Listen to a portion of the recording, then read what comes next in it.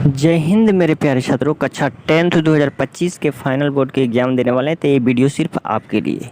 हाँ, अगर social science में 40 में 40 नंबर लाना चाहते हैं ऑब्जेक्टिव में, तो प्लीज़ वीडियो को ज़रूर देखिए। 100% बिल्कुल लड़ने वाला ऑब्जेक्टिव क्वेश्चन आप लोग के लिए लेकर आए। चलिए प्रश्न नंबर 1 देखिए। हाँ, बिहार बोर्ड के लिए है। करा कि यूरोप का मरीज किसे कहा जाता है? MVVI ऑब्जेक्टिव क्वेश्चन है। हाँ, तुर्की को कहा जाता है कि इटली की, इंग्लैंड की, फ्रांस। तो आप लोग याद रखिए, यूरोप को जो मरीज कहा जाता है तुर्की को, MVVI ऑब्जेक्टिव क्वेश्चन है। दूसरा नंबर प्रश्न करा कि यंग इटली की स्थापना किसने की थी? मेजनी ने, भरभरी जी ने, गैरीवाल्डी, बिस्मार्क। तो आप लोग याद रखिएगा, मेजनी बिल्कुल करेक्ट आंसर हो जाएगा। चैनल पर नए तो जरूर सब्सक्राइब कर लीजिए और वीडियो पूरा जरूर देखिए। 5 से 6 मिनट का मात्र वीडियो है। अंतर्राष्ट्रीय महिला दिवस कब मनाया जाता है? तो आप लोग जानते ही होंगे, अंतर्राष्ट्रीय महिला दिवस है जो 8 मार्च को मनाया जाता है। हाँ, 4 नंबर प्रश्न करा है कि अप्रैल थीसिस किसने लिखी है? ट्रांसकी, स्टालिन, लेनिन की, क्रेन्स्की। तो आप लोग याद रखिए, लेनिन बिल्कुल करेक्ट आंसर हो जाएगा। 5 नंबर प्रश्न करा, सोवियत संघ का विघटन किस वर्ष हुआ था? हाँ, 1964 में हुआ था, 1985, 1990, 1991। तो आप लोग याद रखिए, 1990 बिल्कुल करेक्ट आंसर हो जाएगा। 6 नंबर प्रश्न करा कि अंकोर वाट में किस हिंदू देवता की मंदिर है? विष्णु भगवान की, शिव की, ब्रह्मा की, इंद्र। तो आप लोग याद रखिए, विष्णु बिल्कुल करेक्ट आंसर हो जाएगा। चलिए अगला नंबर प्रश्न क्या करा है? 7 नंबर प्रश्न करा है कि गांधी जी को महात्मा की उपाधि किसने दी थी? रविंद्रनाथ टैगोर, एनी बेसेंट, गोपाल कृष्ण गोखले कि अब्दुल कलाम आज़ाद। तो आप लोग याद रखिए, प्रश्न नंबर 7 के रविंद्रनाथ टैगोर। हाँ, 8 नंबर प्रश्न करा है कि पूर्ण स्वराज दिवस कब मनाया जाता है? 26 जनवरी 1930 को, कि 26 जनवरी 1931 को, कि 26 जनवरी 1949, कि 26 जनवरी 1950। तो आप लोग याद रखिए, 26 जनवरी 1930 ईस्वी को पूर्ण स्वराज दिवस मनाया जाता है। चलिए अगला नंबर प्रश्न करा है, 9 नंबर करा है कि हीराकुंड परियोजना है। तो ये आप लोग याद रखें, हीराकुंड परियोजना है जो महानदी पर है। चलिए प्रश्न नंबर 10 नंबर प्रश्न करा, 10 नंबर प्रश्न करा कि गुरु गोविंद सिंह की जन्म किस नगर में हुआ था? तो ये आप लोग याद रखिए, पटना में। हाँ, गुरु गोविंद सिंह का जन्म जो हुआ था पटना में हुआ था। प्लीज़ चैनल पर नए हैं तो जरूर सब्सक्राइब कर लीजिए और वीडियो पूरा जरूर देखिए। करा कि ईस्ट इंडिया कंपनी भारत से अफीम का निर्यात किस देश को करती थी? अमेरिका को, कि चीन, की जापान, के अफगानिस्तान। तो आप लोग याद रखिए, चीन को करते थे। ऑप्शन बी बिल्कुल करेक्ट आंसर हो जाएगा। 12 नंबर प्रश्न करा कि रूसो किस देश का दार्शनिक था?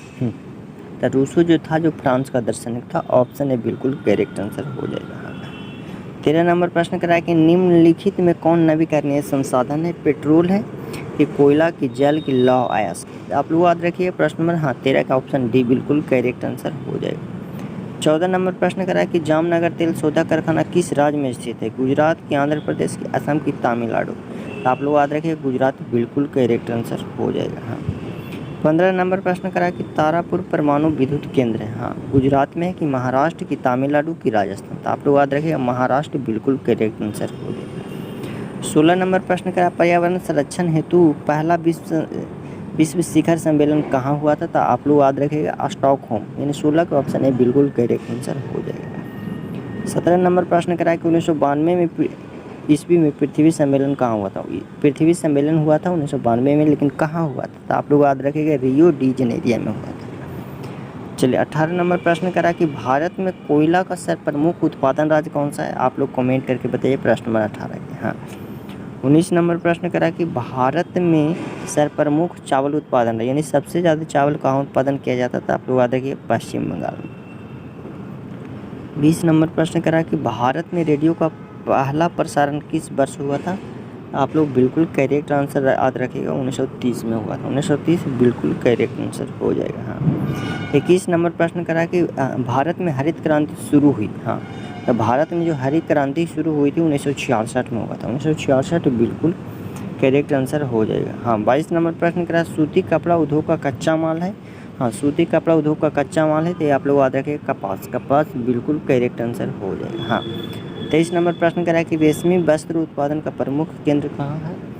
तो आप लोग याद रखिएगा, ये है भागलपुर। भागलपुर बिल्कुल राइट आंसर हो जाएगा। 24 नंबर प्रश्न करा कि उर्वरक कारखाना अवस्थित है। उर्वरक कारखाना कहाँ अवस्थित है? तो आप लोग याद रखिएगा, बरौनी में। बरौनी में तेल शोधक कारखाना है और उर्वरक दोनों। 25 नंबर प्रश्न करा कि रंग भेद नीति की विरुद्ध आवाज़ किसने उठाई थी?